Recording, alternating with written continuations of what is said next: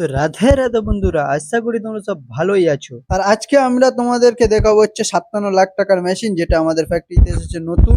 তো আমরা ফ্যাক্টরিতে এসে দেখি এদিকে কাজ স্টার্ট হয়ে গেছে, পুরানো মেশিনটাকে সবাই মিলে করে দিচ্ছে সাইড। তোমরা দেখো এই ছোট মেশিনটাকে দিয়ে এই বড় মেশিনটাকে উঁচু করে তুলে সবাই মিলে ঠেলে ঠেলে করে দিলে এক সাইডে। আর এ হ্যাঁ हमारा 58 लाख का मशीन। শান্তনু বহুত খুশ মানে বহুত খুশি, কারণ হচ্ছে কি ও চালাবে এই মেশিনটাকে আর ওকে একটু শিখিয়ে পড়ে দিচ্ছে। তারপর আমাদের এখানে একটু পূজা অর্চনা করে নিল পণ্ডিত মশাই, ভালো করে বড় পূজা অর্চনা হয়ে গেল। আর কারণ পূজা অর্চনা তো করতে হবে, কারণ এটা চললেই তবে আমাদের হচ্ছে কি পয়সা আসবে আর ওটি গটি হবে।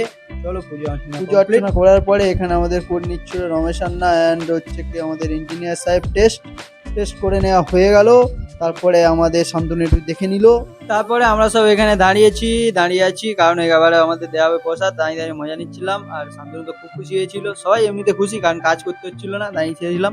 চলো আমাদের এরকম শর্ট ব্লগ গুলো ভালো লাগলে লাইক করে দিও। আর আমরা এখন খাবো মিষ্টি প্রসাদ। চলো টাটা, বাই বাই।